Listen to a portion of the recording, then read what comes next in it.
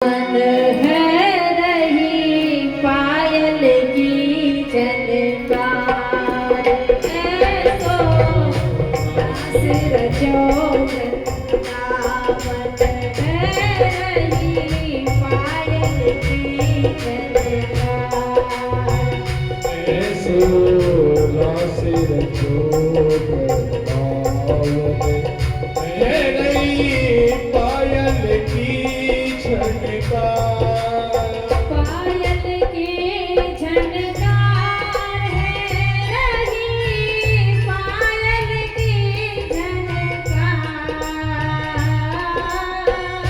पायल की झनकार है रही पायल की झनकार, ऐसो रास रचो वृंदावन है रही पायल की झनकार। ऐसो रास रचो वृंदावन है रही पायल की झनकार।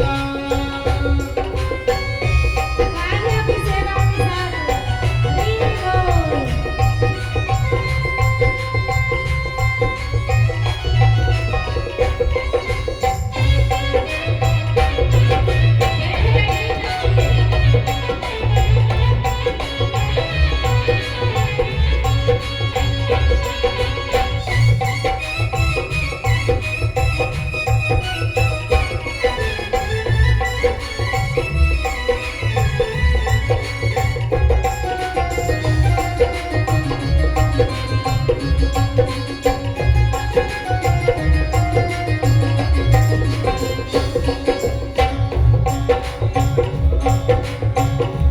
गुरु खूब क्षमा क्षम बाजे, गुरु खूब क्षमा क्षम बाजे, बजने बिछुआ बहुत ही बाजे, बजने बिछुआ बहुत ही बाजे, अंग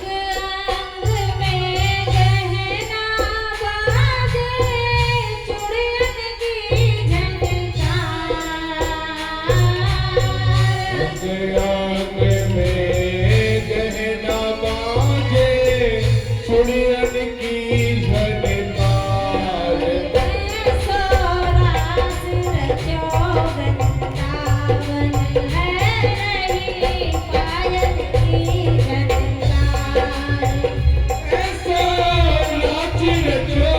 वृंदावन है रही पायल की झनकार।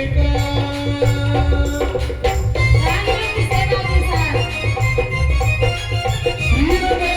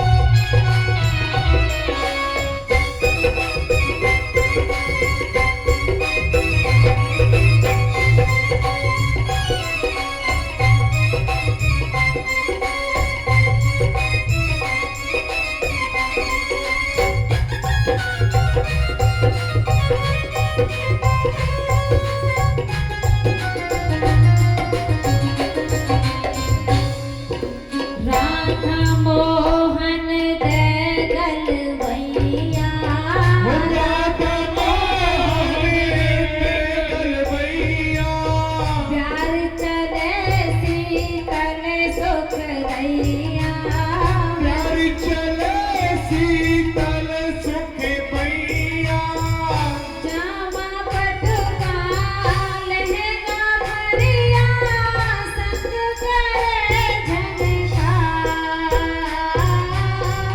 जामा फटका लहंगर फरिया संग करे झनकार वृंदावन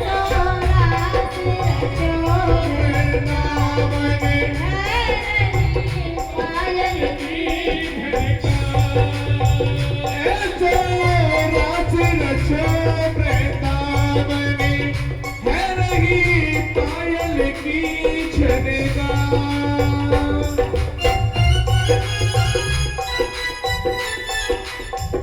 ये बताओ प्रसंग कौन सा चल रहा है? रास का चल रहा है ना? जब कथा विश्राम हो जाती है तब यहाँ आकर के आप नृत्य करती हो। कथा के अंदर भी थोड़ा बहुत आनंद लिया करो। कथा में प्रसंग चल रहा है रास का और आप बैठे हो, तो आपको इतनी तो समझ है ही कि भाई रास का प्रसंग चल रहा है तो हमें नृत्य करना चाहिए। और जिस जिसको आता है, मुझे भी पता है किस किसको आता है, सभी दिखती हैं यहाँ से। तो भैया रास का प्रसंग चल रहा है, वहाँ गोपियाँ प्रभु की हो गई और यहाँ हम प्रभु के हो नहीं पा रहे, प्रभु के सामने ही बैठे हैं। तो इसलिए रास में गोपी बन करके जो भी नृत्य करता है उसकी सभी मनोकामना पूर्ण होती है। तो आइए देखिए, भोले बाबा भी उस रास में अवतरित होकर के गोपी के रूप में आए हैं। तो आप तो है ही स्त्री, तो आप क्यों नहीं उस रास में प्रवेश कर सकती? तो आप सभी उस रास का आनंद लें और नृत्य करें। अच्छा एक बात बताओ, प्रभु के पास जल्दी कौन कौन जाना चाहता है? केवल एक कोई जाना चाहते हैं प्रभु के पास? कोई ना छोड़वा जावे, संसार है, चाहे वो कथा सुन ले। अरे ऐसा रास रचो वृंदावन है।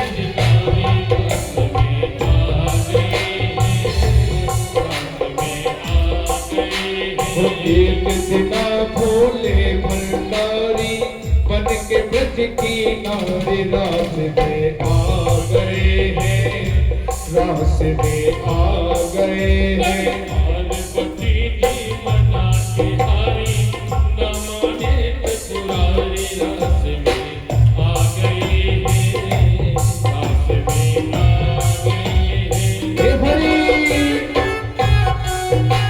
भाई अपने हाथों को तालना पड़ेगा थोड़ा। हेलो हेलो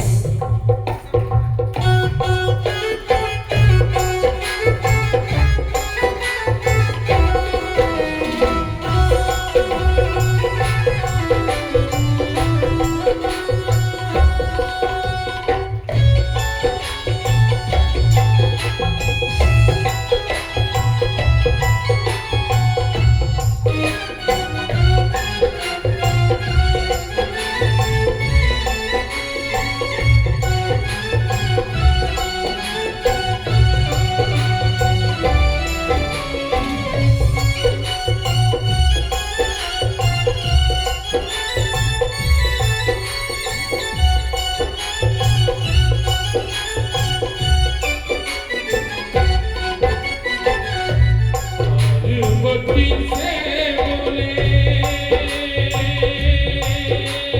हो मैं भी चलूंगा तेरे साथ में, तेरे साथ में। पार्वती से बोले मैं भी चलूंगा तेरे साथ में, वो साथ में। राधा सभी शाम नाचे मैं भी नचूंगा तेरे साथ में, तेरे साथ में। राधा संग शाम नाचे मैं भी नचूंगा तेरे साथ में, तेरे साथ में। हरि रास रचेगा ब्रज में भारी, रास रचेगा ब्रज में भारे। मानो बात हमारी रास में आ गए हैं, रास में आ गए हर हैं। एक बिना बोले भंडारी बन के ब्रज की नारी वृंदावन आ गए हैं, रास में आ। जय भोले। दोनों हाथ ऊपर ताली बजाते हुए श्री राधे।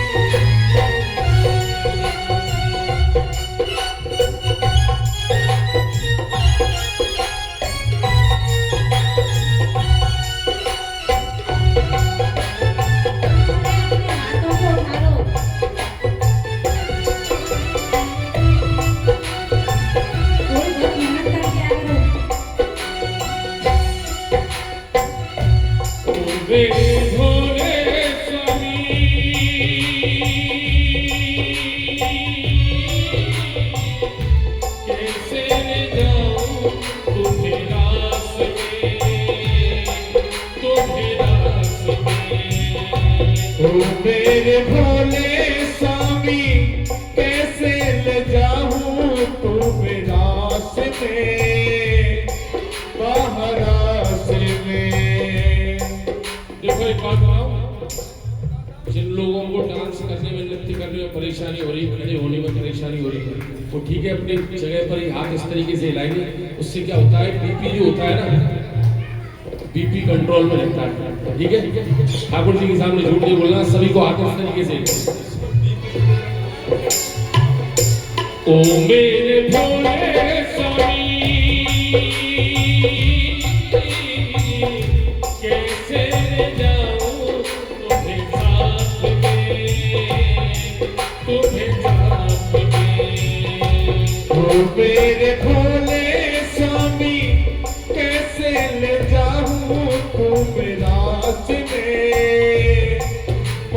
रास में।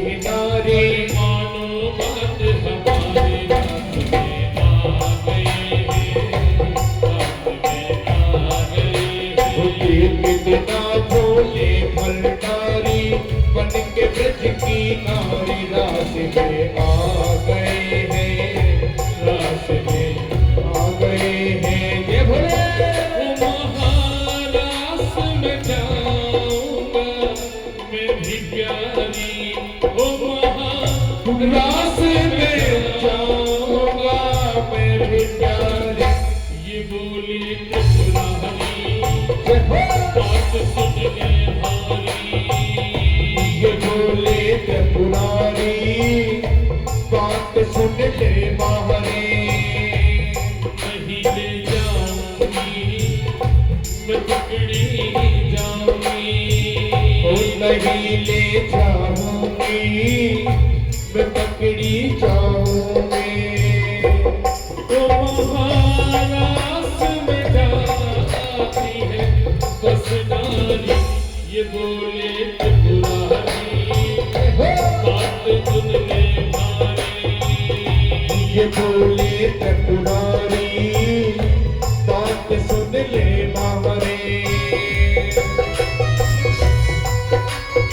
हे हरी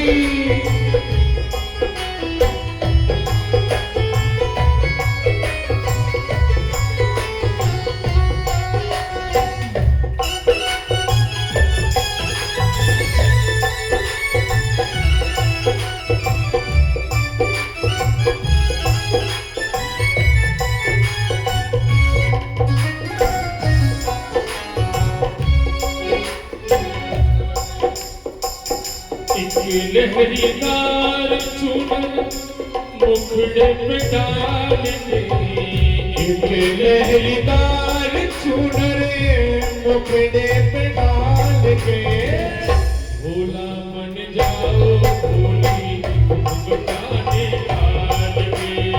ओ भोला बन जाऊं भोली घुंघटाने डाल के। एक लहरीदार चूनर मुखड़े पे डाल के, एक लहरीदार चूनर मुखड़े पे डाल के। भोला बन जाओ भोली घुंघटाने डाल के। ओ भोला बन जाऊं भोली घुंघटाने डाल के।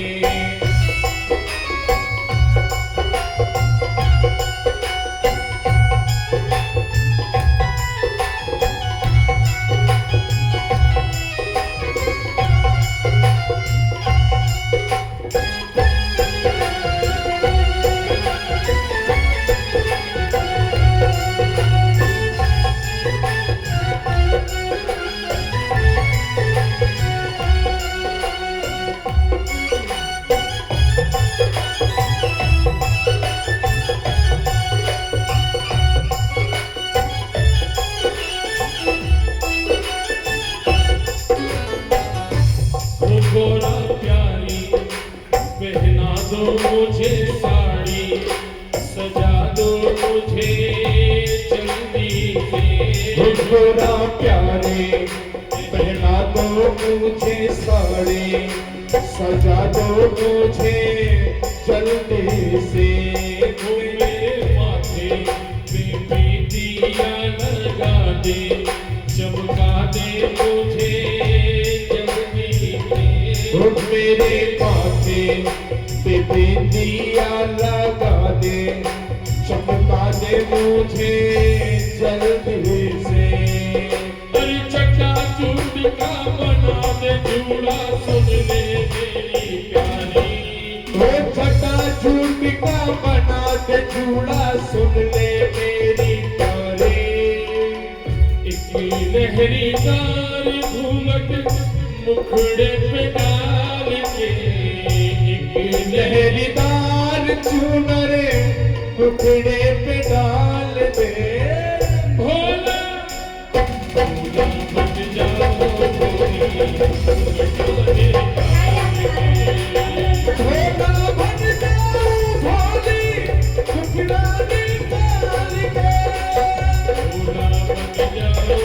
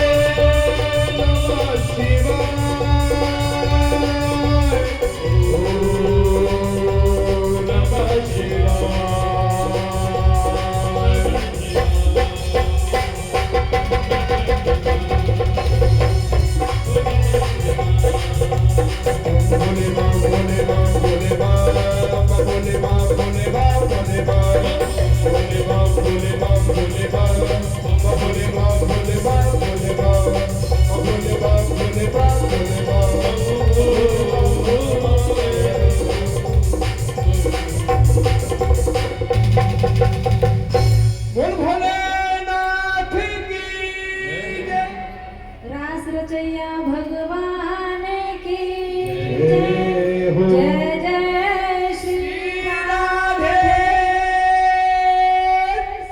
श्याम। प्रभु ने सभी गोपियों के साथ में सुंदर रास रचाया और जब प्रभु ने रास रचाया तो एक गोपी के साथ में 4 कृष्ण हैं और 4 से फिर 5 हुए, ऐसे ही अनेकों कृष्ण हैं, एक गोपी है, कृष्ण अनेकों हैं और बहुत ही सुंदर सभी के साथ में प्रभु ने रास रचाया। हर गोपी को लग रहा है कि कृष्ण मेरे साथ हैं। बड़े प्रेम से प्रभु के साथ में उन सभी ने रास रचाया है। श्री सुखदेव जी कहते हैं रास उत्सव है संप्रवत्तो गोपी मंडल मंडित है योगेश्वरेण कृष्णेन तासाम मध्य द्वयर्वयो।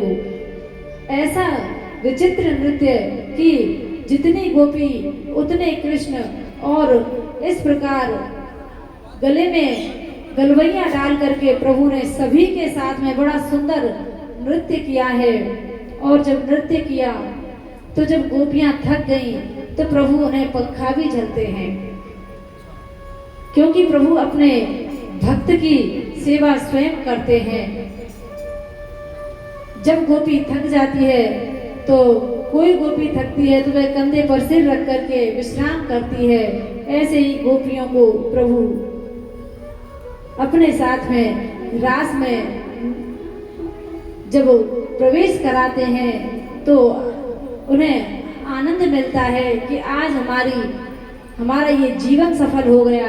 देखिए वृंदावन में कई महापुरुष ऐसे हैं कि कहते हैं कि रास में प्रवेश ऐसे ही नहीं मिलता, उसके लिए बहुत भजन की आवश्यकता होती है। कई महात्मा तो इसीलिए भजन करते हैं कि हमें प्रभु के रास में प्रवेश मिल जाए। तो राजा परीक्षित जी ने श्री सुखदेव जी से कहा कि गुरुदेव आप बताइए कि प्रभु तो यहाँ धर्म की स्थापना के लिए आए थे और यहाँ प्रभु स्त्रियों के साथ में नृत्य कर रहे हैं, ये कैसा भगवान है। संस्थापनाए धर्मस्य त्रिसमाय एतरस्य च अवतीर्णो ही भगवान अंशेन जगदीश्वर। तब उन्होंने कहा कि भगवान यहाँ धर्म की संस्थापना के लिए आते हैं, लेकिन जीव ईश्वर का ही अंश है। यदि माता पिता अपने बच्चों के साथ में खेलते हैं तो भगवान भी अपने बच्चों के साथ में खेला है, तो ये कोई वासना से आबद्ध नहीं, ये तो काम विजयी लीला है।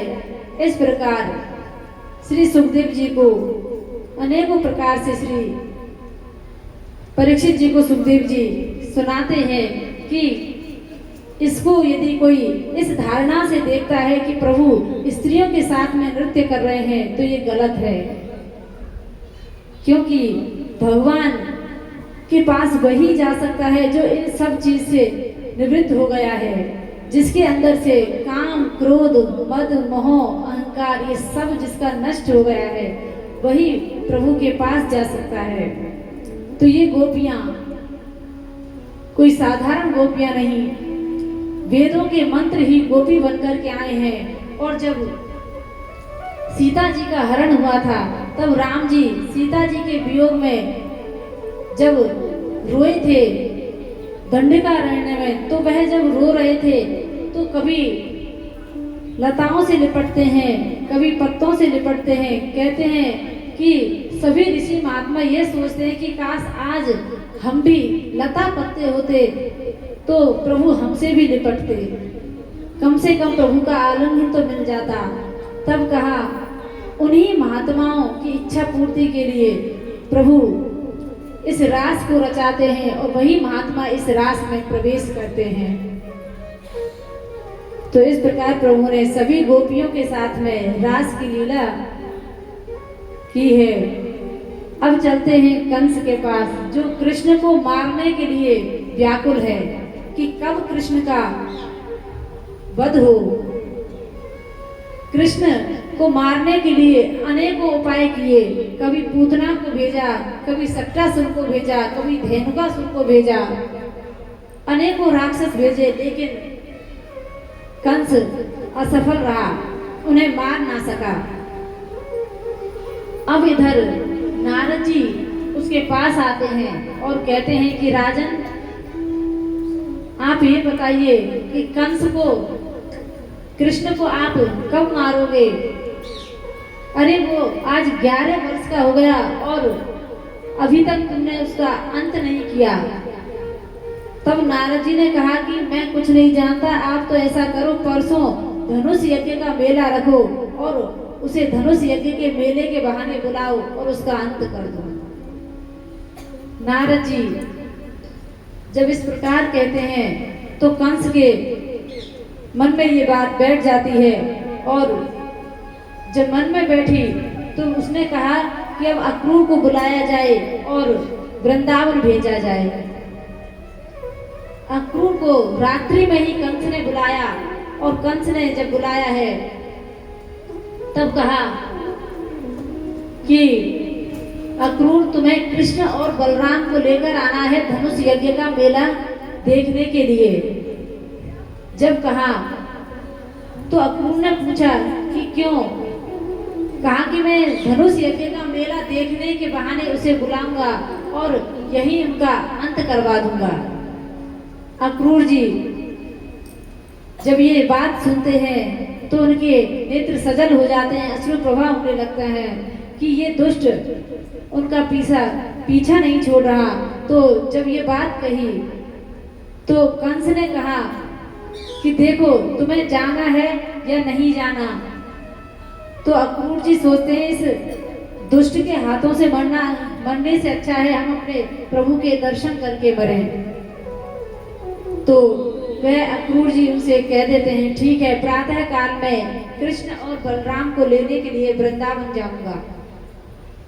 जब कृष्ण और बलराम को लेने के लिए वृंदावन के लिए वह रवाना होते हैं तो आज मन में बस यही बातें हैं कि अरे जो योगी इतना भजन ध्यान करते हैं उनको भी कृष्ण के दर्शन नहीं हो पाते। आज मैं इस दुष्ट के कारण ही सही कम से कम उनके दर्शन तो करूंगा। उनको रात्रि में नींद नहीं आई और अब भी मन में यही बस प्रश्न है कि प्रभु के दर्शन मैं कब करूंगा। अक्रूर जी अपने रथ को तैयार करते हैं और उस पर विराजित होते हैं। कहते हैं कि मथुरा से वृंदावन जाने में 20-30 मिनट लगती है जिस रथ पर वो सवार हैं उससे, और उनको जाने में 10 घंटे लग गए। क्यों? क्योंकि वह कृष्ण के ही ध्यान में मग्न हो जाते तो रथ में ही समाधि लग जाती, फिर व्याकुल हो जाते। ऐसे ही कृष्ण को याद करते करते वह वृंदावन की सीमा में पहुंचे और जब वहां पहुंचते हैं तो विचार करते हैं कि कृष्ण बलराम अब मेरे पास आएंगे और मुझे अपने गले से लगा लेंगे। जैसे ही वृंदावन में गए हैं और नंद भवन की ओर गए तो इधर बलराम जी और कृष्ण जैसे ही अक्रूर जी को देखते हैं तो दौड़ आते हैं कि आज तो हमारे चाचा जी हमारे पास आए हैं। तो वह उन्हें प्रणाम करते हैं और अक्रूर जी मन में सोचता है कि ये कितने खुश हो रहे हैं, लेकिन इनको पता नहीं कि मैं इन्हें किस लिए यहाँ से बुलाने के लिए आया हूँ। तब कृष्ण ने कहा कि मुझे सब पता है कि आप यहाँ क्यों आए हो। अरे कंस मामा ने धनुष यज्ञ का मेला रखा है, आप हमें यहाँ उस मेला को देखने के लिए यहाँ से लिवाने आए हो और उसी के बहाने कंस हमें मार देगा। लेकिन ये बात मेरी मैया को मत बताना, वो व्याकुल हो जाएगी। कहा कि ठीक है, मैं माँ यशोदा से कुछ नहीं कहूँगा। अक्रूर जी कृष्ण और बलराम के साथ में नंद भवन जाते हैं। नंद बाबा उनका स्वागत करते हैं और जब उनका स्वागत करते हैं तो भोजन इत्यादि करने के बाद में वह रात्रि में जब सब सो जाते हैं, क्योंकि देखिए अक्रूर जी उन्हें लिवाने के लिए आए हैं, भोजन आदि हो गया, सभी वार्तालाप कर रहे हैं, तो अक्रूर जी के मुख से निकला है कि मैं तो इनके माता पिता से पूछकर आया हूँ, क्योंकि यशोदा मैया तो मना कर रही है कि मैं अपने लाला को अपने आप से दूर नहीं करूँगी। कहा कि आप इसकी माता नहीं हो, इसकी माता तो देवकी है। जैसे ही ये सुना, मैया यशोदा तो मूर्छित होकर के गिर पड़ी। कन्हैया ने उन्हें संभाला और इधर नंद बाबा क्रोधित हो गए।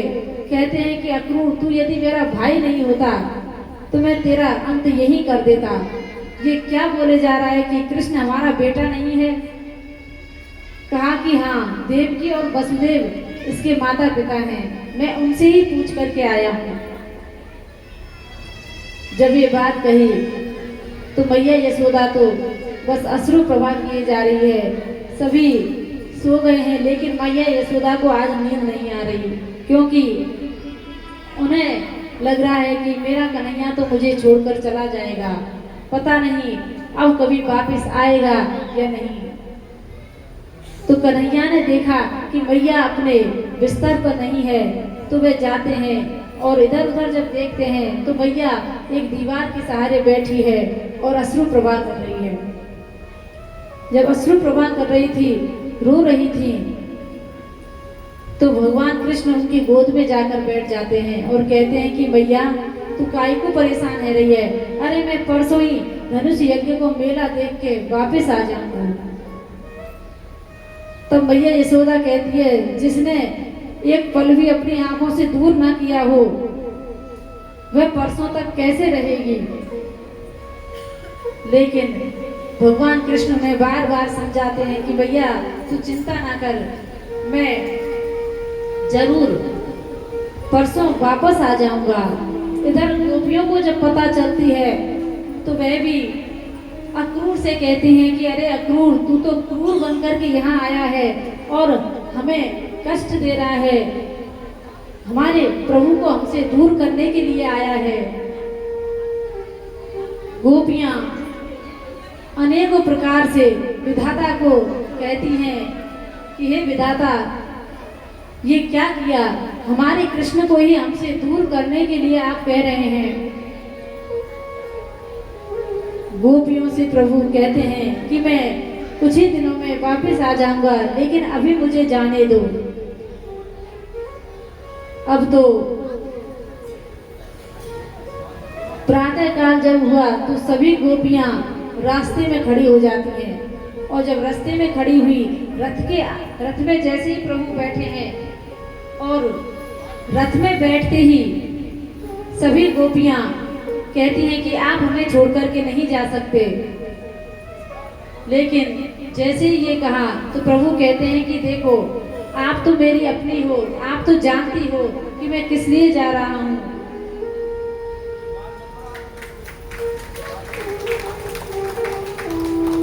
तो भगवान कृष्ण सभी को इस प्रकार कहते हैं। राधा रानी जब कहती हैं कि ठीक है प्रभु, आप जाइए, अपनी लीलाओं को संपन्न कीजिए।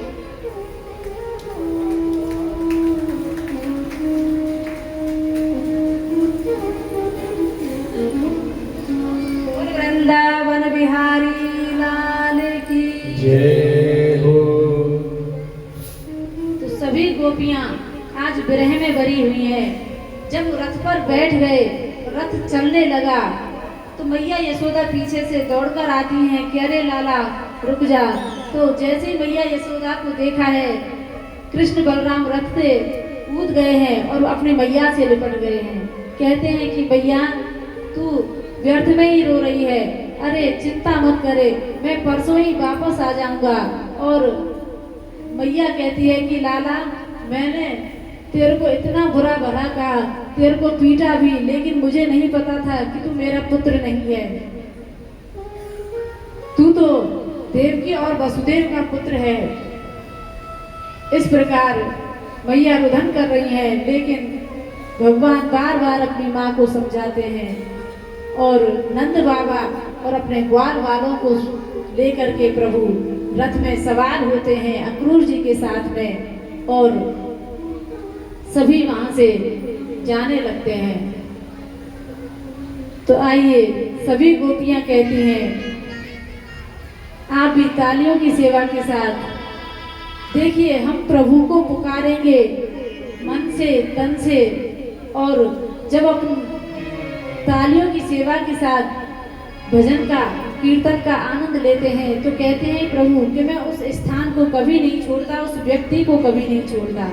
इसलिए सभी तालियों की सेवा के साथ प्रभु से कहिए, प्रीत मोहन से की इस भरोसे पे की, प्रीत मोहन से की इस भरोसे पे की, 4 दिन जिंदगी के गुजर जाएंगे, 4 दिन जिंदगी के गुजर जाएंगे। मोहन से की इस भरोसे पे की, प्रीत मोहन से की इस भरोसे पे की, वो 4 दिन जिंदगी के गुजर जाएंगे, वो 4 दिन जिंदगी के गुजरे जाएंगे। क्या भरोसा करे वक्त भी आएगा, क्या भरोसा था ये वक्त भी आएगा, वादा करके वो हमसे मुकर जाएंगे, वादा करेंगे वो हमसे मुकर जाएंगे। प्रीत मोहन से की इस भरोसे पे की, प्रीत मोहन से की इस भरोसे पे की, 4 दिन जिंदगी के गुजर जाएंगे, वो 4 दिन जिंदगी के गुजरे जाएंगे। दोनों हाथ ताली बजाते हुए हे हरि।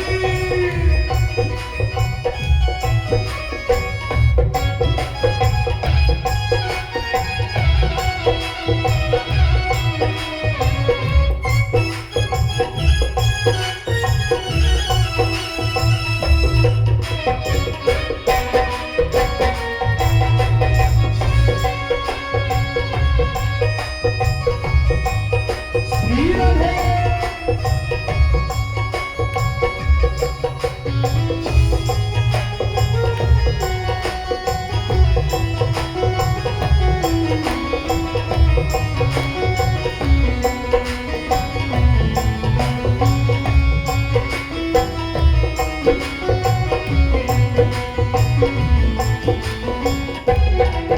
कल जो राग में इत्तेफाक मिले, कल जो राह में इत्तेफाक मिले, कल जो राग में इत्तेफाक मिले, कल जो राह में इत्तेफाक मिले, सुन के अर्जू तमन्ना वो शर्मा गए, सुन के आए जो तमन्ना वो शरे पा गए, मुस्कुरा के कहा रास्ता छोड़ दो, वो मुस्कुरा कर कहा रास्ता छोड़ दो, हमको जल्दी है हम अपने घर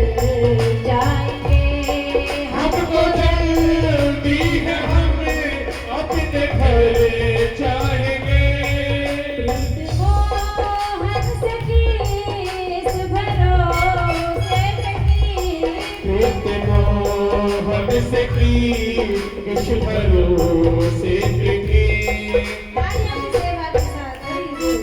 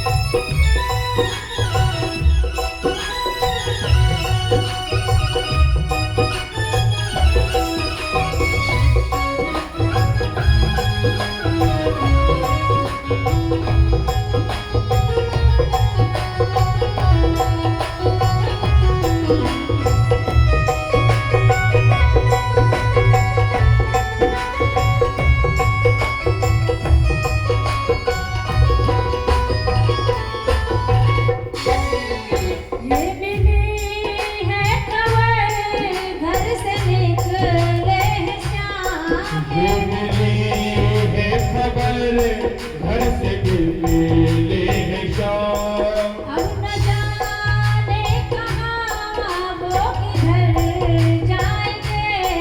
अब न जाने कहाँ वो किधर जाएंगे।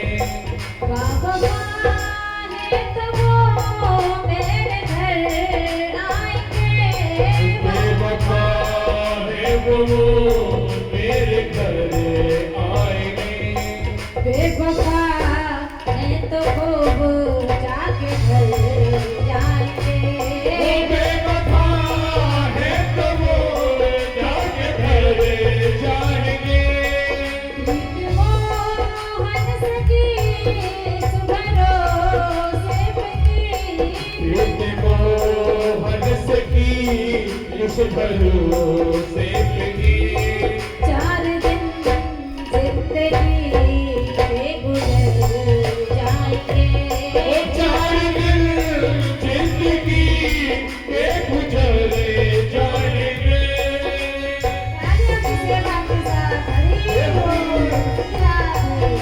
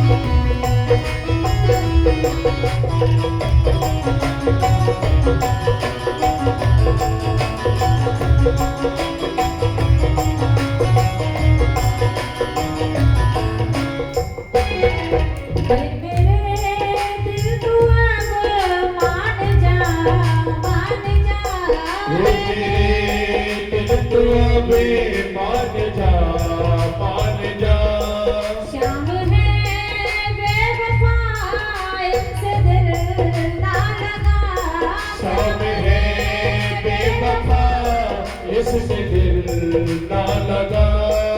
वो आएंगे आके चले जाएंगे। वो आएंगे आकर चले जाएंगे। तेरे प्रेम को बदनाम कर जाएंगे। तेरे प्रेम को बदनाम कर जाएंगे।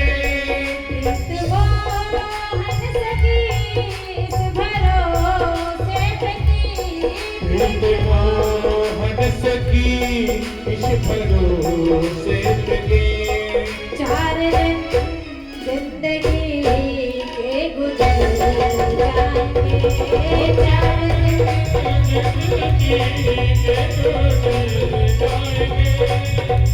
मोहन सकी इस भरोसे लगी।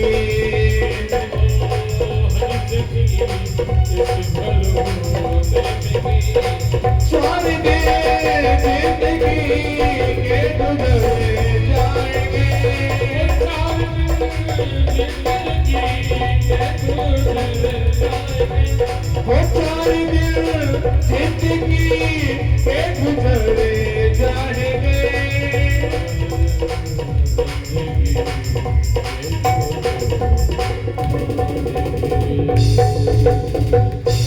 बोल कृष्ण कन्हैया लाल की जय।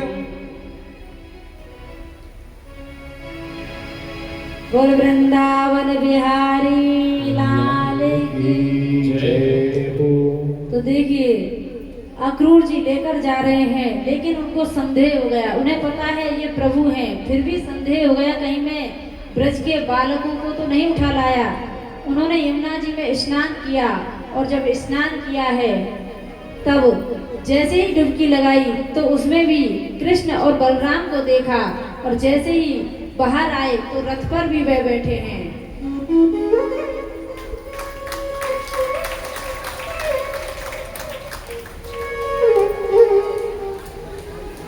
तो इस प्रकार जब रथ पर भी देखा है और फिर डुबकी लगाई तो जल के भीतर भी बैठे हैं। इस प्रकार उनका संदेह दूर हुआ कि ये प्रभु ही हैं। वृंदावन बिहारी लाल की जय।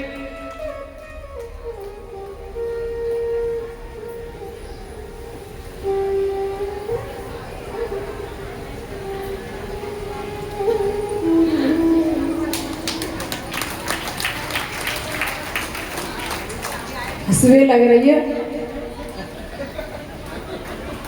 फुलवा के बिहारी लाल की जय।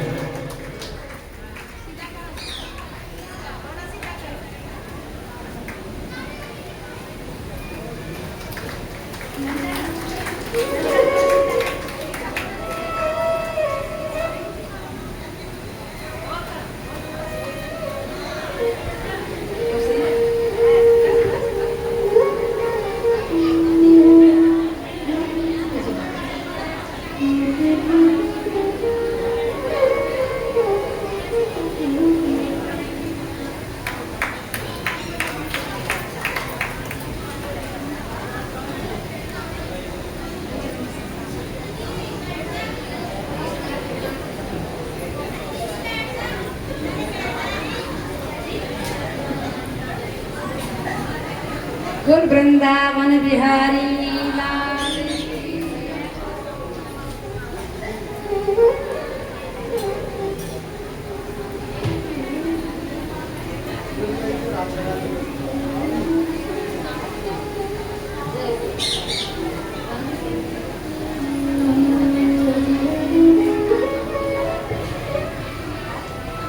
देखिए जब कंस की नगरी में पहुंचे हैं तो कंस की नगरी को सजाया गया और आज सभी प्रभु के दर्शन के लिए लालायित हैं कि कब प्रभु के हमें दर्शन होंगे।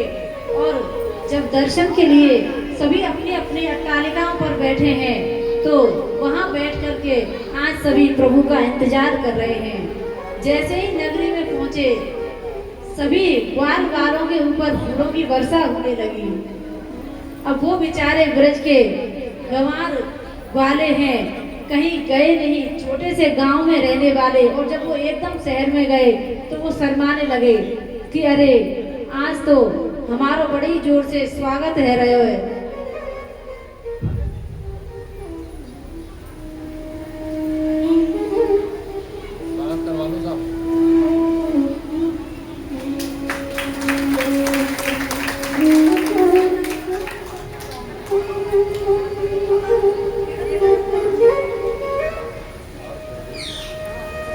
बोल वृंदावन बिहारी लाल की जय हो।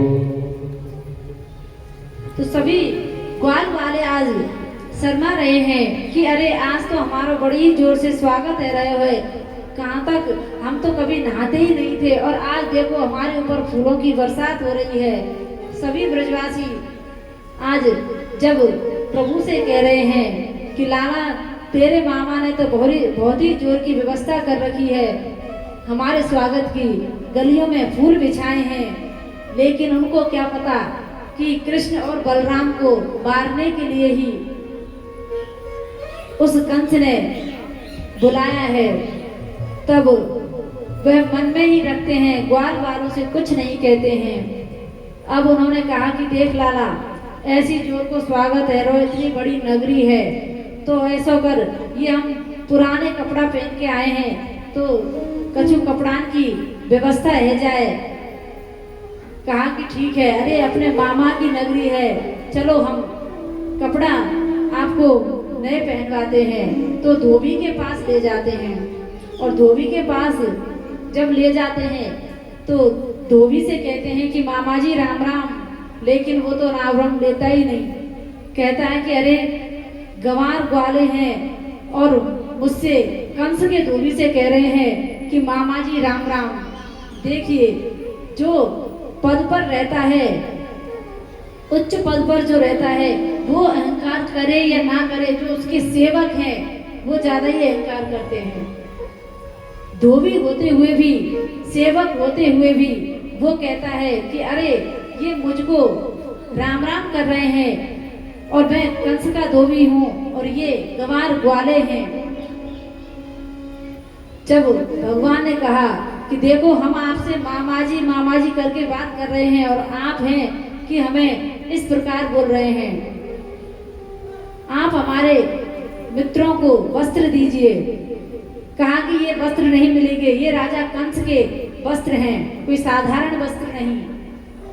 कहा कि नहीं, हमारे मित्रों को इनमें से वस्त्र पहनने हैं। जब नहीं दिए तो एक छोटा सा सखा उनसे कहता है कि अरे कन्हैया, ना हो तो जा धोबी को पूतना बारो हाथ दिखा दे, क्योंकि ऐसे तो मान विवारो है ना है। तो कन्हैया ने मुस्कुराते हुए उससे कहा कि ठीक है। जैसे ही वह बार बार मना करता है तो भगवान एक ऐसा थप्पड़ उसको जड़ते हैं कि उसकी खोपड़ी धड़ से अलग हो जाती है। बोल कृष्ण कन्हैया लाल की जय हो। धोबी का उद्धार करते हैं और इधर अब उन्होंने कहा कि ये कपड़े तो हमने पहन लिए, लेकिन ये तो राजा कंस के कपड़े हैं, इतने बड़े बड़े कपड़े हैं, हमारे नाप के ही नहीं है, तो इन्हें व्यवस्थित तो करवा, इन्हें हमारे नाप के बनवा। कहा कि चलो दर्जी के पास चलते हैं। दर्जी के पास गए हैं। कहा कि मामा जी राम राम, हमारे मित्रों की ये जो वस्त्र हैं इनको आप इनके अनुकूल बना दो। उसको पता है कि धोबी का क्या हाल किया था, इसलिए उसने बिना कुछ सोचे समझे सभी मित्रों के कपड़े उनके अनुकूल बनाए हैं और सभी बड़े प्रेम से उन वस्त्रों को पहन करके जाने लगे। कहा कि भैया वस्त्र भी हो गए, अब ऐसा कर एक फूलमाला और हमारे गले में पहनवा दे। सभी के गले में फूलमाला भी होनी चाहिए। कहा कि चलो माली के पास चलते हैं। माली के पास गए हैं और माली ने सभी को फूलों की माला पहनाई है। फिर कहा कि अरे ब्रजवासियों के मस्तक पर यदि चंदन ना हो तो वो ब्रजवासी गायिका, इसलिए कन्हैया चंदन की व्यवस्था और है जाए। तो कही कि चलो चंदन की व्यवस्था भी हो ही जाएगी, आगे चलते हैं। जैसे ही आगे बढ़े तो एक त्रिवक्रा स्त्री जा रही है चंदन का कटोरा लिए। जब चंदन का कटोरा लिए वह जा रही थी तो प्रभु ने उसे आवाज लगाई है कि सुंदरी। जैसे ही सुंदरी कहा वह पीछे मुड़कर देखती है कि अरे मुझे सुंदरी कहने वाला ये कौन है, वाला आ कौन गया। तो उसने जैसे ही पीछे मुड़ के देखा तो भगवान कृष्ण खड़े हैं। उनके दर्शन करके वह धन्य हो गई और प्रभु ने कहा कि आप कहाँ जा रही हो। कहा कि मैं कंस की दासी हूँ, मेरा नाम शैलेंद्री है, मैं उनका चंदन लगाती हूँ, मेरे हाथ का चंदन राजा कंस को अच्छा लगता है। कहा कि ऐसा करो, आज कंस को चंदन ना लगाकर मेरे मित्रों को लगाओ। सभी मित्रों को चंदन लगाया है। प्रभु ने कुब्जा की भी इच्छा पूर्ण की है। कुब्जा को अपने पास बुलाया, एक पैर से उसके पैर को दबाया और जोड़ी पर हाथ रख के ऐसी जोर का झटका मारा कि वह त्रिवक्रा से एक सुंदर नारी बन गई। बोल कृष्ण कन्हैया लाल की जय हो।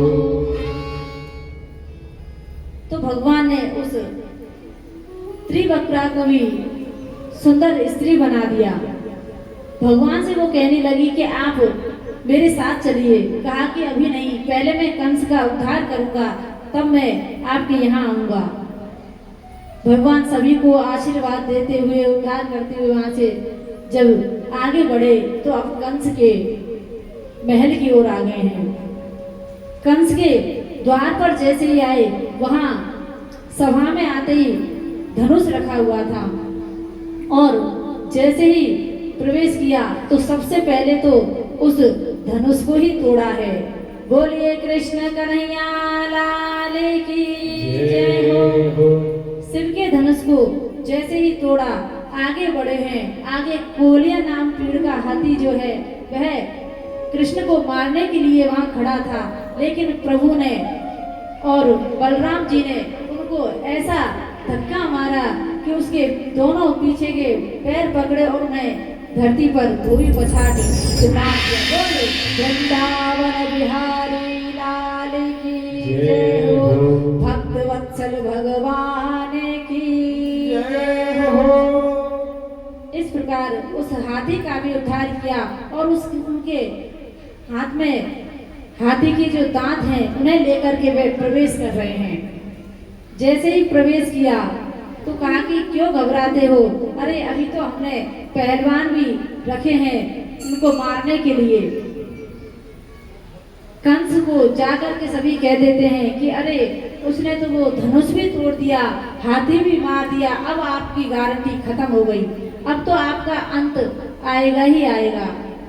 कंस घबरा जाता है और 4 पहलवानों को वहां भेजता है। जब 4 पहलवान वहां भेजे हैं तो उनसे प्रभु युद्ध करते हैं।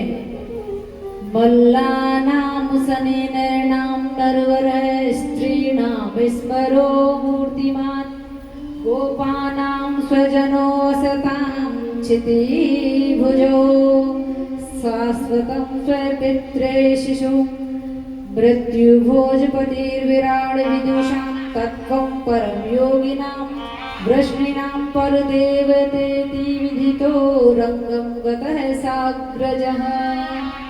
भगवान उन 4 पहलवानों को जब देखते हैं तो वे पहलवान कहते हैं कि चलो हमारे साथ में युद्ध करो। कहा कि अरे आपको शर्म नहीं आती, छोटे छोटे बच्चों से बोल रहे हो कि हमारे साथ में युद्ध करो।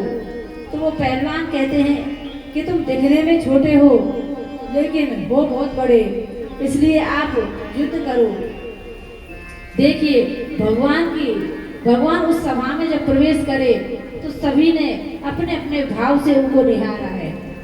जो राजा बैठे थे उनको प्रभु राजा के रूप में दिखाई दे रहे हैं, जो पहलवान हैं उनको महान पहलवान के रूप में दिखाई दे रहे हैं, और जो ऋषि महात्मा बैठे हैं उनको योगेश्वर ईश्वर दिखाई दे रहे हैं, और जो स्त्रियां बैठी हैं, नवयुवतियां बैठी हैं, उनको कामदेव के रूप में दिखाई दे रहे हैं। तो कहते हैं कि जाकी रही भावना जैसी प्रभु मूरत देखी दिन तैसी। तो जो जिस भाव से प्रभु को देखता है प्रभु उसी भाव में दिखते हैं। तो सल तोसर चाणूर और मुष्टिक इन पहलवानों को प्रभु ने जब युद्ध में हराया है, उनका उद्धार किया है, तो फिर अब अंत में कंस के पास जाते हैं और कंस के सिंहासन पर छलांग लगा देते हैं कृष्ण, और कंस की चोटी को पकड़ करके जैसे ही खींचने लगे सिंहासन से, कंस चिल्लाने लगा कि अरे लाला मुझे छोड़ दे, मुझे पीड़ा हो रही है लाला, छोड़ दे। लेकिन भगवान कहते हैं अरे उस दिन को याद करो जब मेरी माँ दुल्हन के जोड़े में थी, तब रथ में बैठी हुई थी, तुमने चोटी पकड़ करके उसे रथ से घसीटा था, उसके भी दर्द हुआ होगा। आज जब खुद को पीड़ा हो रही है तब चिल्ला रहे हो, लेकिन कंस को जब घसीटा है और प्रभु ने उसको जब युद्ध किया है तो कंस का भी प्रभु ने उद्धार कर दिया।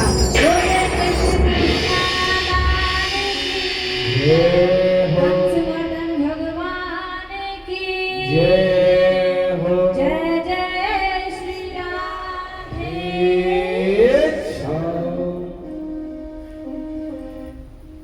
तो देखिए प्रभु ने कंस का उद्धार कर दिया। हम भी यदि अपना उद्धार चाहते हैं तो हमें भी कुछ नियमों का पालन अवश्य करना चाहिए। अरे हम इंसान की योनि लेकर के आए हैं तो कम से कम इंसान की तरह तो हम जीना सीखें। ना तो हमारे अंदर पवित्रता है और ना ही ईमानदारी है, बस कहते हैं कि झूठ से ही हम भरे पड़े हैं। जहाँ कोई हमारा स्वार्थ देखा हम तुरंत झूठ बोल देते हैं और पवित्रता भी खत्म हो गई है। क्योंकि जब राजा परीक्षित जी ने श्राप दिया था तो कलयुग ने अपवित्रता में ही वास किया था। कहते हैं जब माताएं अपने घरों में कार्य करती हैं, जो माताएं भगवान का भजन करती हैं, सत्संग में जाती हैं, वो तो कुछ नियमों का पालन भी कर लेती हैं, लेकिन जो कभी सत्संग में नहीं गई, कभी भगवान के द्वार पर नहीं गई, उन्हें तो यही नहीं पता कि प्रभु क्या है। तो कहते हैं कि माताओं से ये सृष्टि टिकी हुई है। अगर इस संसार में सृष्टि यदि निर्माण होती है तो वो एक माँ ही कर सकती है। तो माता को ही कुछ नियमों का भी पालन करना चाहिए ताकि अपने बच्चों को सिखाए। उन्हें देखकर ही पूरे घर को वे शिक्षा देती हैं कि पुत्र ऐसे करो, पुत्री ऐसे करो। क्योंकि जब खुद के अंदर कुछ लक्षण होगा तभी तो बच्चों को सिखाएंगे। जब हमारे ही अंदर नहीं होगा तो हम दूसरों को क्या सिखाएंगे। तो हम घर में प्रभु की सेवा करते हैं, लड्डू गोपाल रखते हैं। तो आप सभी माताएं यहाँ बैठी हैं, तो बताइए रसोई में कौन कौन चप्पलों से भोजन बनाती हैं? चप्पल पहन करके कौन कौन भोजन बनाता है? भगवान के सामने बैठी झूठ नहीं बोलना, कोई ना बनावे। ये तो अलग चप्पल है महाराज रसोई की। नहीं, ये भी नहीं होना चाहिए। कोई कोई कहती है अरे हमारी तो घर की चप्पल है। अरे चप्पल तो चप्पल है, वो घर की हो, चाहे भगवान ने चप्पल नहीं पहनी, भगवान भी तो पहन सकते हैं, वो तो ईश्वर हैं।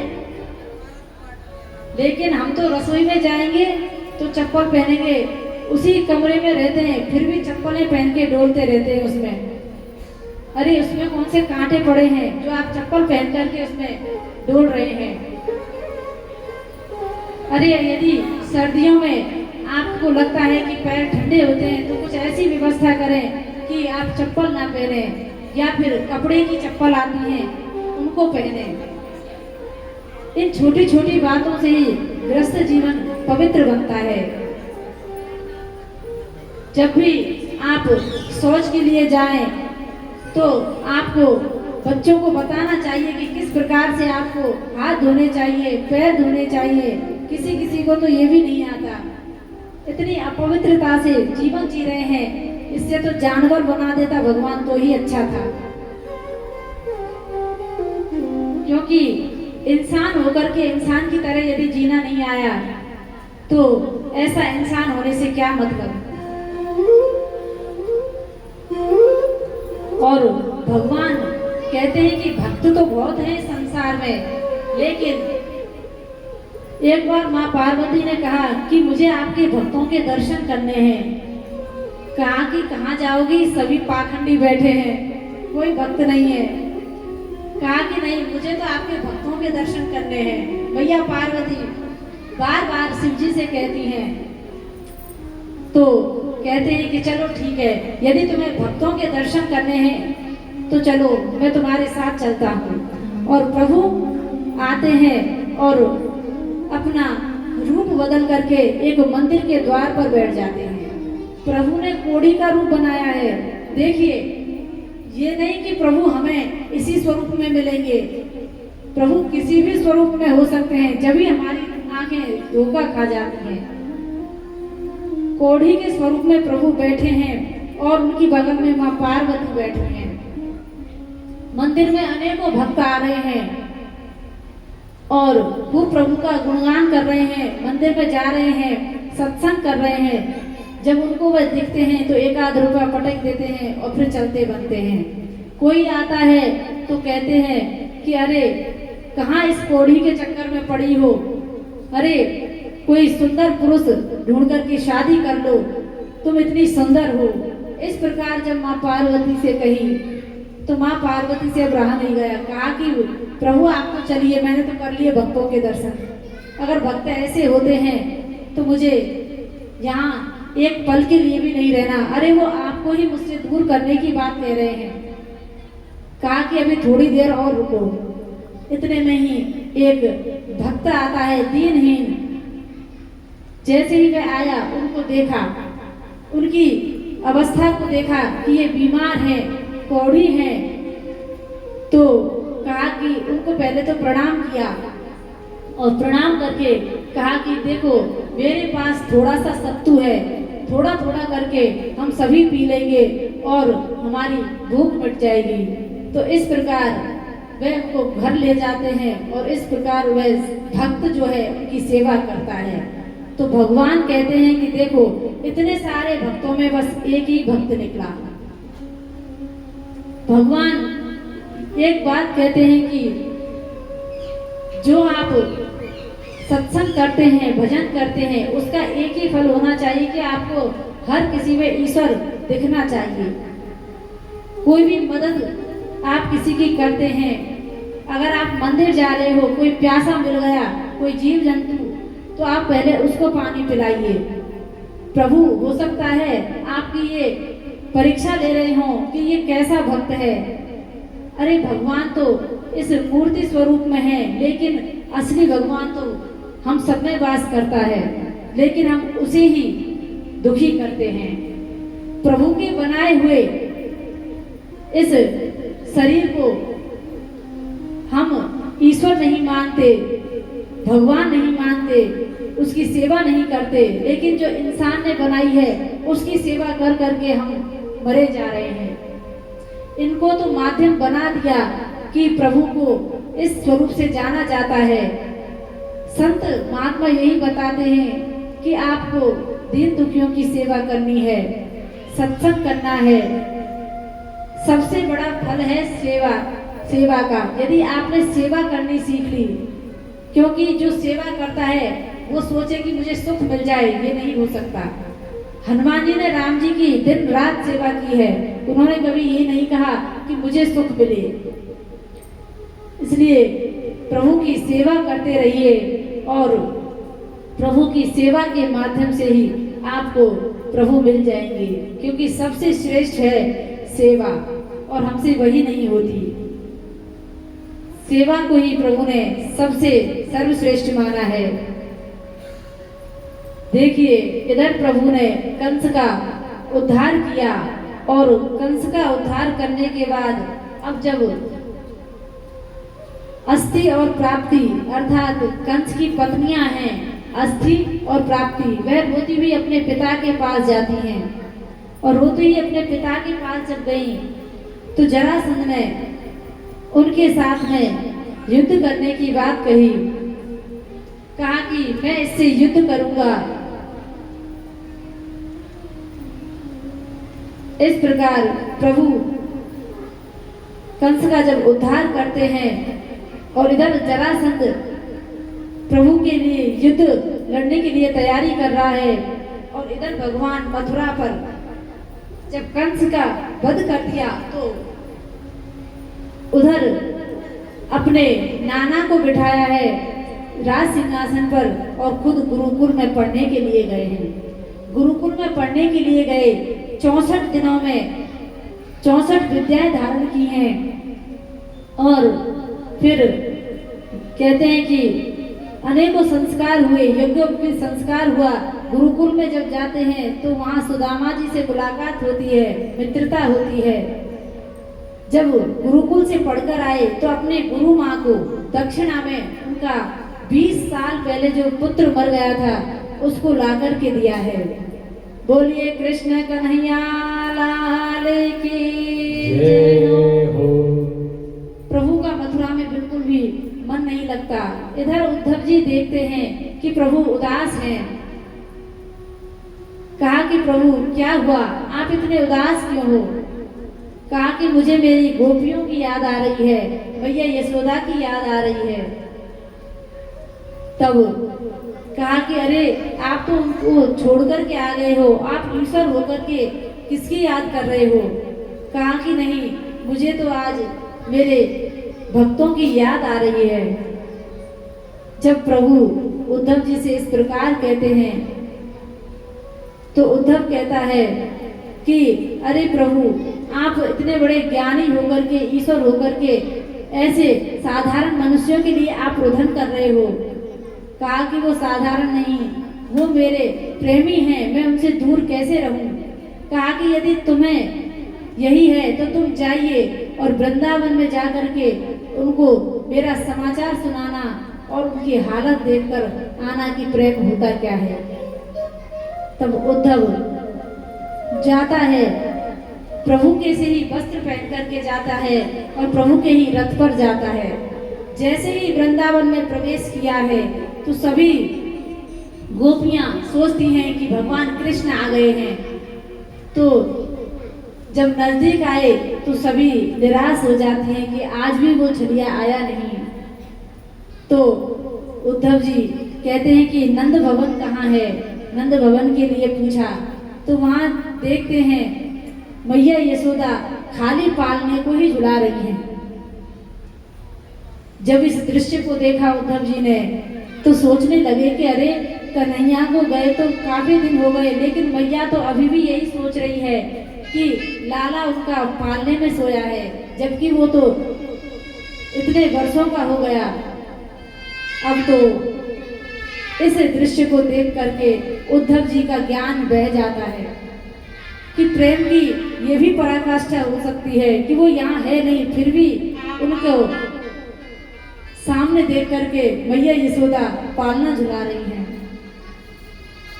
फिर उद्धव जी गोपियों से मिलते हैं, गोपियों को कहते हैं कि आप कहाँ कृष्ण के चक्कर में पड़ी हो, अरे असली ज्ञान तो भीतर है और आप जब ध्यान लगाओगी तो आपके भीतर ही प्रभु आपको दिखेंगे। कहा कि हमें ज्ञान मत सुनाओ, हमें तो हमारे प्रभु ही अच्छे लगते हैं और हमारा एक मन था जो प्रभु के पास चला गया, अब हम कौन से मन से ध्यान लगाएं। तो गोपियां इस प्रकार उद्धव जी को समझाती हैं और इस सारे दृश्य को देख करके उद्धव जी बस एक ही बात कहते हैं कि अब तो मुझे प्रभु आप इस वृंदावन में बस लता पत्ते बना देना, इंसान चाहे बनाओ या ना बनाओ, लेकिन लता पत्ते इत्यादि बना देना, ब्रज रज बना देना, ताकि इन गोपियों की चरण रज मेरे को लगे तो मैं भी पवित्र हो जाऊं। बोल वृंदावन बिहारी लाल की जय हो। उद्धव जी इस प्रकार गोपियों से मिलन करके जाते हैं और वहां कृष्ण कहते हैं कि 7 दिन के लिए गए थे, लेकिन वहां तो 7 महीने हो गए। अब तो वह ऐसे भूले सुध-बुध कि कहाँ जाना है क्या करना है सब भूल गए। अब प्रभु से कहते हैं कि अरे आप यहाँ रह रहे हो, कितने निर्लज हो, अरे वो आपसे कितना प्रेम करती हैं, आप उनको छोड़ करके यहाँ रह रहे हो। कहा कि उद्धव क्या हुआ, अरे यहाँ मेरे पास थे तब तो बड़ा ज्ञान फेंक रहे थे, अब क्या हो गया। कहा कि प्रभु आपके प्रेमी जनों का मैं दर्शन करके धन्य हो गया, अब तो बस आप एक ही कृपा कर देना, उस ब्रज मंडल में मुझे ब्रज रज ही बना देना, लता पत्ते बना देना, ताकि वह मुझे स्पर्श करें तो मैं भी धन्य हो जाऊं। उद्धव जी बृहस्पति जी के शिष्य हैं, जो कि देवताओं के गुरु हैं। देखिए उनकी भी बुद्धि भ्रमित हो गई। जब उनकी बुद्धि भ्रमित हुई तो फिर हम और आप किस गिनती में हैं। बृहस्पति जी के गुरु हैं, उनको पढ़ाने वाला इस धरती पर कोई नहीं था, देवताओं के गुरु ने उनको शिक्षा दी और फिर भी उनकी बुद्धि प्रभु को पहचान ना सकी, प्रभु के प्रेम को पहचान ना सकी। तो कहते हैं कि ज्ञान बजाई डुमडुमी प्रेम बजायो ढोल, उद्धव सूदो है गयो सुन गोपियन के बोल। तो आज भी कहते हैं कि उनका ज्ञान जब कहते हैं ज्ञान जब गुदड़ी बनकर के रह गया तो यह स्थान आज भी वृंदावन में ज्ञान गुदड़ी नाम से जाना जाता है। गोपेश्वर महादेव जी के पास में यह स्थान है। तो उद्धव जी प्रभु के प्रेम को पहचानते हैं और इस प्रकार प्रभु सभी अपने प्रेमी जनों को आनंदित करते हैं। इधर जरासंध ने युद्ध की तैयारी की और कहते हैं कि 17 बार मथुरा पर आक्रमण हुआ, प्रभु ने 17 बार ही उसको हरा दिया, लेकिन फिर भी वह हार नहीं मान रहा। 18वीं बार जब तैयारी कर रहा था तो नारद जी ने काले वन को भेजा है, और प्रभु ने जब काले वन को देखा है तो वह उसके पीछे पीछे, जब भगवान दौड़ रहे हैं तो काले वन उसके पीछे पीछे जा रहे हैं। भगवान दौड़ते दौड़ते एक गुफा में जाकर के प्रवेश करते हैं। वहाँ एक ऋषि सोए हुए थे जिनका नाम था मुचकुंद ऋषि। उनको वरदान था कि यदि उन्हें कोई कच्चे नींद से उठा देगा तो उनकी नेत्र अग्नि से जल करके वहीं भस्मीभूत हो जाएगा, वहीं उसका प्राणांत हो जाएगा। तो भगवान जैसे ही उस गुफा में गए, वो ऋषि वहां सोए हुए थे, अपने पीतांबर उतारा और उनको उड़ा दिया। इतने में काले वन आया और सोचने लगा कि अरे वहां से भाग करके यहाँ आराम से सो रहा है।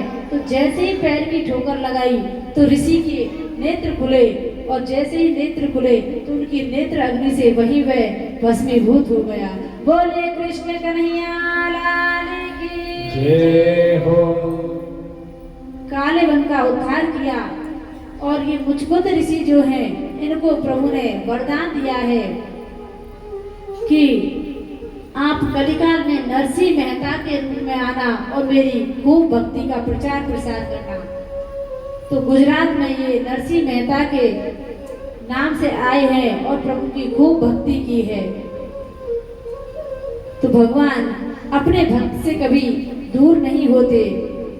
इधर जरासंध ने जब आक्रमण की तैयारी की तो कह दिया पंडितों से, ब्राह्मणों से कि यदि अब की बार मैं इस युद्ध को नहीं जीता तो मैं तुम्हारा सर कलम करवा दूंगा, अर्थात सारे ब्राह्मणों को मार दूंगा, जिनको भी पूजा पाठ में बैठाया है कि मेरी विजय के लिए आप पाठ पूजा कीजिए। यदि मैंने इस युद्ध में कंस उसको कृष्ण को नहीं हराया तो फिर मैं तुम्हारा अंत कर दूंगा। अब जब ब्राह्मणों पर बात आ गई तो भगवान कहते हैं कि युद्ध की तैयारी हुई, मैदान में आए, लेकिन जैसे ही ब्राह्मणों के लिए ये बात कही और ब्राह्मणों ने प्रभु से प्रार्थना की तो भगवान अपने भक्तों की रक्षा के लिए आज रण छोड़ करके भागे हैं। और इसी प्रकार जब रण छोड़ करके भागे तो प्रभु का एक नाम पड़ गया। बोलिए रण छोड़ भगवान की जय हो। रण छोड़ भगवान की जय हो। प्रभु ने इस प्रकार रण को छोड़कर भागे हैं अपने भक्तों की रक्षा के लिए, उनकी सुरक्षा के लिए। तो जरासंध वहां से चला जाता है, कहता है कि मुझसे डर करके भाग गए। इधर प्रभु प्रवर्षण गिरी पर जाते हैं और वहां जैसे ही प्रवर्षण गिरी पर चढ़ते हैं तो वहां जाकर के वह चारों तरफ पर्वत के आग लगा देता है। और जब आग लगाता है तो कहते हैं कि जैसे ही आग लगाई तो उसने तो सोच लिया कि कृष्ण और बलराम यहीं पर मरकर भस्मीभूत हो जाएंगे, उनका अंत हो जाएगा। वह वहां से चले जाते हैं। इधर प्रभु द्वारिका का निर्माण समुद्र में करवाते हैं। विश्वकर्मा को आदेश दिया और द्वारिका का निर्माण करवाया है। प्रभु अंतर ध्यान होकर के द्वारिका में जाकर के वास करते हैं। कहते हैं सभी द्वारिका वासियों जो मथुरा में वासी थे, ब्रजवासी थे, उनको द्वारिका में ले जाकर प्रभु ने छोड़ा है। रात्रि में ही प्रभु अपनी योग माया से उन्हें ले गए। और जब वे प्रातः काल उठे तो कहते हैं वो कहने लगे कि द्वार कहाँ है, द्वार कहाँ है, तो उसका नाम द्वारिका पड़ गया। बोलिए द्वारिकाधीश की जय हो, द्वारिकाधीश की जय हो। देखिए थोड़ी देर में प्रभु की शादी होगी। आप प्रभु की शादी में सम्मिलित होंगे, क्योंकि आज कथा का 6वां दिवस है और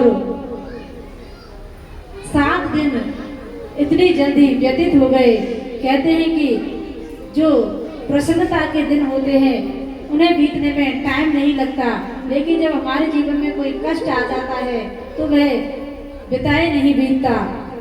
तो भगवान इस प्रकार कहते हैं कि आप मेरा भजन करेंगे, सत्संग करेंगे तो मैं तुम्हें दुख सहने की शक्ति दे दूंगा। दुख कभी खत्म नहीं होते, क्योंकि दुख इस संसार में ही वास करते हैं और हम प्रभु की सेवा करते हैं कि प्रभु हमारे पास कभी दुख ना आए। ऐसा कैसे हो सकता है? भगवान कहते हैं मैं देता ही दुख हूँ। यदि मैं जिसको दुख दे रहा हूँ वो उस दुख को सह गया और मेरी भक्ति को नहीं छोड़ा, वही मेरा सबसे बड़ा भक्त है। तो हमें प्रभु अपनी भक्ति के माध्यम से दृढ़ बनाते हैं, मजबूत बनाते हैं कि कभी भी अपने पद से जाना नहीं चाहिए। तो आइए एक भजन के माध्यम से हम आगे की कथा में प्रवेश करेंगे।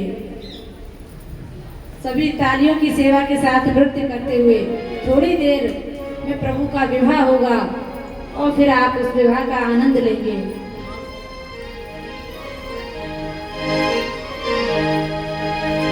अरे सारी सारी रात मैंने रोए रोए काटी रे, रोए रोए काटी। जय हो। और या तूने कहूँ तरस न आयो। अरे कनुआ हो कनुआ, अरे कनुआ हो कनुआ मैंने बुलायो कनुआ मैंने बुलायो नहीं आयो। देखिए सभी माता सुन निवेदन है, थोड़ा थोड़ा आगे सरक जाए, नहीं आगे सरक जाओ।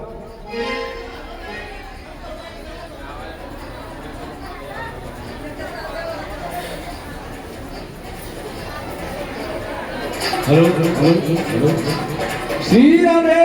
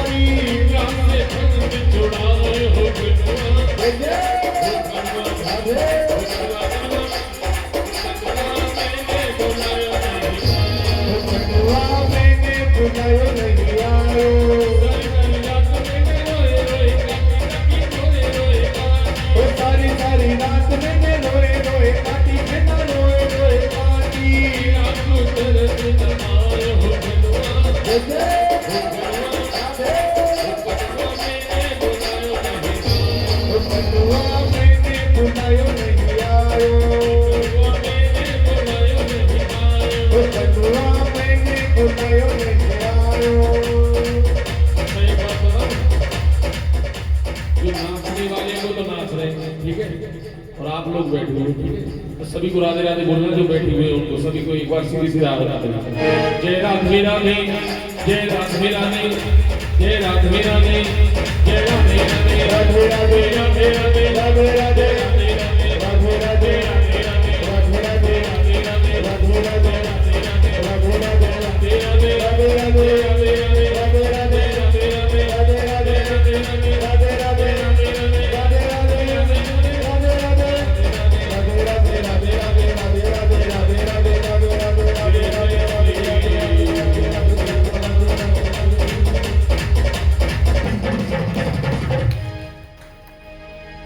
जय जय श्री राधे। वृंदावन बिहारी लाल की जय हो। अब देखो प्रभु की शादी होने वाली है। आपके घर में जब कोई उत्सव होता है, शादी होती है, तो आप बड़े धूमधाम से नृत्य करते हो कि नहीं करते हो? जिसको नहीं आता वो भी आड़ा टेढ़ा डांस कर ही लेता है। तो ये तो जगदीश्वर ईश्वर की शादी है। तो आप प्रभु के इस उत्सव में सम्मिलित हुए हैं और आप बहुत ही प्रेम से कथा को श्रवण करते हैं, तो आप जैसा श्रोता भी कोई नहीं। एक बार अपने लिए ताली बजा दो। अब आइए आवाज एक बार और बजा दो, क्योंकि आप बड़े मन से कथा को श्रवण करते हैं। जब भगवान की कथा को हम ध्यान से श्रवण करते हैं तो भगवान भी हमारे ऊपर फिर ध्यान रखता है, क्योंकि प्रभु के चरित्र हमें यही समझाते हैं कि तुम्हें संसार में किस प्रकार से रहना है। कई लोग कहते हैं कि अरे भगवान ने तो इतनी गोपियों के साथ में रास रचाया था, प्रभु ने तो इतने विवाह किए थे, तो यदि हम भी 2-4 विवाह कर लेंगे तो क्या हो जाएगा। कहते हैं कि राम जी ने जो किया है उसका अनुसरण करना चाहिए और कृष्ण ने जो कहा है उसका अनुसरण करना चाहिए। यदि आप कहो कि ईश्वर ये सब करता है तो हम भी ईश्वर की जो करता है वही करेंगे, तो भगवान भोलेनाथ ने जो समुद्र मंथन में विष निकला था, उस सारे जहर को वो अपने कंठ में धारण कर जाते हैं। और आप यदि इतने बड़े ईश्वर बनते हैं, ईश्वर की होड़ करते हैं, तो फिर आप भी थोड़ा बहुत विष पी कर दिखाओ। अगर थोड़ी देर में प्राणांत ना हो जाए तो कह देना। हम प्रभु की होड़ तो करते हैं, लेकिन ऐसी बातों की जो हमारे लिए फायदा करती हैं, जो हमारे लिए हितकर है, हम वो करते हैं। कई माताएं कह देती हैं कि अरे भगवान कौन सो ये कह रहे हो कि भोजन पानी किए बिना ही तुम वो मानो, ये मेरी पूजा करो।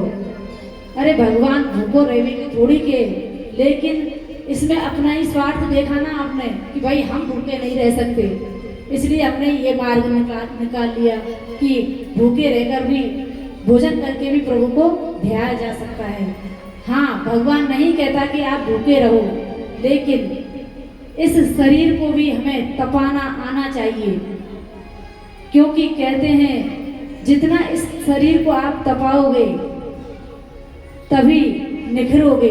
जैसे सोना अग्नि में तपता है तभी निखरता है, ऐसे ही थोड़ा बहुत हमें इस शरीर को भजन से, कुछ नियमों से और कथा सत्संगों से इसे हमें तपाना चाहिए, सुंदर बनाना चाहिए, तभी प्रभु हमारे समक्ष आएंगे। भगवान किसी भी मार्ग से आपके पास आ सकते हैं, चाहे वो ज्ञान मार्ग हो, भक्ति मार्ग हो, अर्चन मार्ग हो, जो भी आपको रुचता हो, आप उस मार्ग को अपना लो, बस उसमें दृढ़ता से लग जाइए। कोई ना कोई नियम हमें अवश्य ही निभाना चाहिए, जैसे कि माताएं नित्य प्रति पूजन करती हैं, अर्चन करती हैं, तो कोई माता सूर्य को अर्घ्य देती है, कोई तुलसी को जल देती है, तो इनमें से हमें कोई ना कोई एक नियम पकड़ना चाहिए। नित्य प्रति तुलसी जी में जल देने से दरिद्रता का नाश होता है।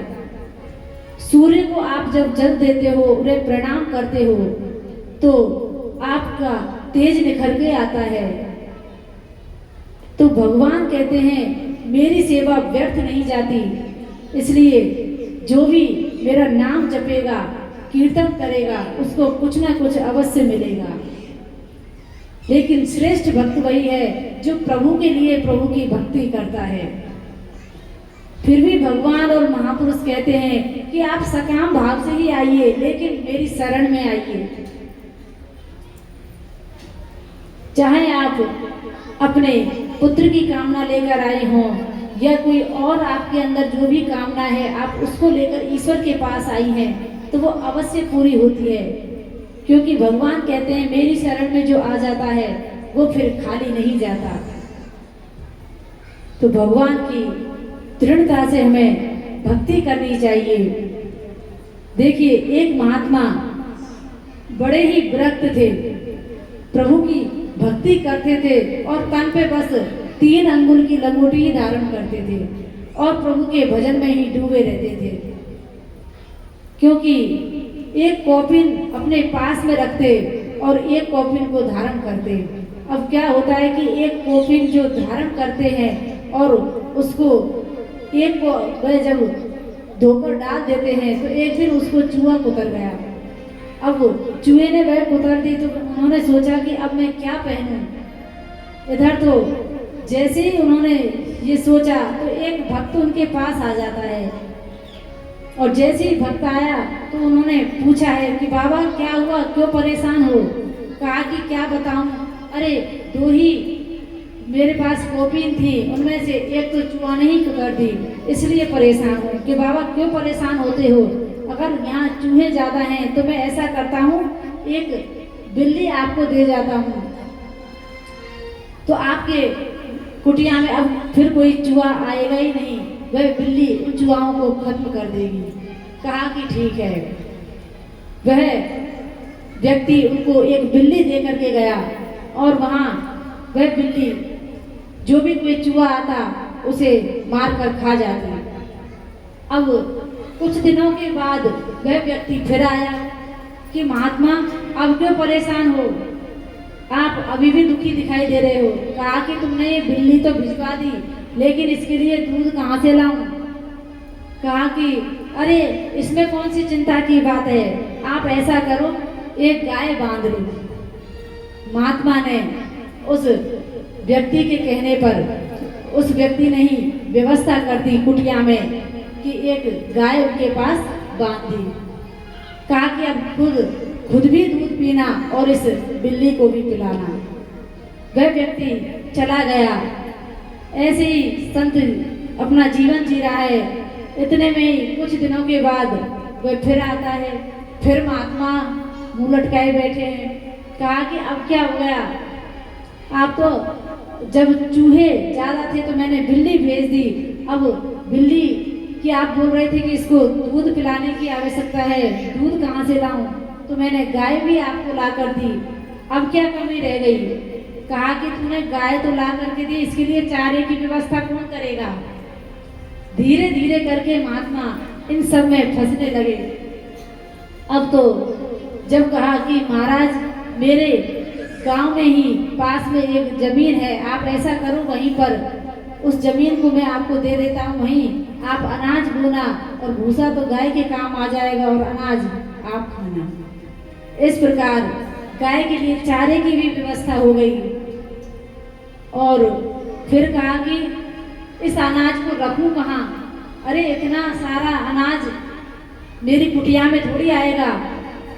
फिर एक मकान बनवा दिया। तो फिर उस व्यक्ति से कहा कि अरे तूने इतना सुंदर मकान तो बनवा दिया, अब ये अकेला खाने को दौड़ता है। देखिए, एक कामना पूरी हुई, दूसरी ने जन्म लिया, दूसरी हुई, तीसरी ने। तो ये संसार है। तो उस महात्मा ने कहा कि इतना बड़ा मकान तो तूने बना दिया, अब ये अकेला मुझे खाने को दौड़ता है। कहा कि क्यों चिंता करते हो, एक सुंदर कन्या से आपका विवाह भी करवा देते हैं। महात्मा जब विवाह कर लेते हैं, बच्चे भी हो जाते हैं, तो एक दिन क्या होता है, उनके ही खेत में किसी पड़ोस की गाय आकर के चारा खाने लगती है। कहते हैं कि जब वह उनकी गाय किसी पड़ोस के खेत में जब चारा खाने के लिए गई, तो शिकायत लेकर के वह थाने में चला गया कि इनकी गाय रोज रोज हमारे खेत में आ जाती है। और जैसे ही शिकायत करी तो महात्मा को बुलाया गया थाने में और कहा कि महात्मा जी, क्या आपकी गाय इनके खेत में चारा खाने के लिए जाती है? कहा कि हाँ। कहा कि फिर आपके अब सजा मिलेगी। अब जैसे ही ये बात कही तो महात्मा की कहते हैं कि ज्ञान हुआ, अरे ये सब जो हुआ है मेरी इस एक लंगोटी के कारण हुआ है। यदि ये जुबानें नहीं कुतरी होती तो फिर मैं इन सब झंझटों में फंसता ही नहीं। तो महात्मा ने उसी अदालत में अपनी लंगोटी को भी खोल दिया और दिगंबर होकर के निकल गए कि भगवान का भजन करेंगे, और इन सब झंझटों से दूर होकर वे प्रभु का भजन करने लगे। बोलिए कृष्ण कन्हैया लाल की जय। तो इसलिए कहते, देखिए वो पहले से ही विरक्त थे, सब कुछ आ गया, एक क्षण में ही सब कुछ छोड़ दिया, और हम सब कुछ को पकड़े बैठे हैं। लेकिन हम कहते हैं कि हमें घर नहीं छोड़ता, बच्चे नहीं छोड़ते। अरे वो तो छोड़े बैठे हैं, हमने ही उन्हें पकड़ रखा है। कभी कोई किसी को पकड़ता नहीं, कोई बांधता नहीं, हमारी इच्छा ही सबको बांधती है। तो इन सब से हमें मुक्त होना चाहिए, और जब हम इन सब से मुक्त होंगे तभी हम प्रभु का भजन कर पाएंगे।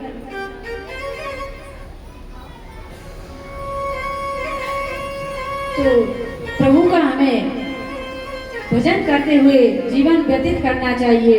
देखिए, द्वारिका में प्रभु पहुंचे हैं और द्वारिका में द्वारिकाधीश प्रभु बन गए हैं। अब प्रभु ने कहा कि जब बड़े भैया विवाह करें तब तो मैं करूं, क्योंकि बलराम जी का भी अभी विवाह नहीं हुआ। तो महाराज ककूदमी की पुत्री रेवती को लेकर के ब्रह्मा जी के पास ककूदमी गए हैं कि आप मेरी पुत्री का विवाह करवाइए। ये सतयुग की हैं और अभी तक इनका विवाह नहीं हुआ, क्योंकि ये कहते हैं कि ये इतनी लंबी थी कि इनके लिए कोई वर मिलता ही नहीं था।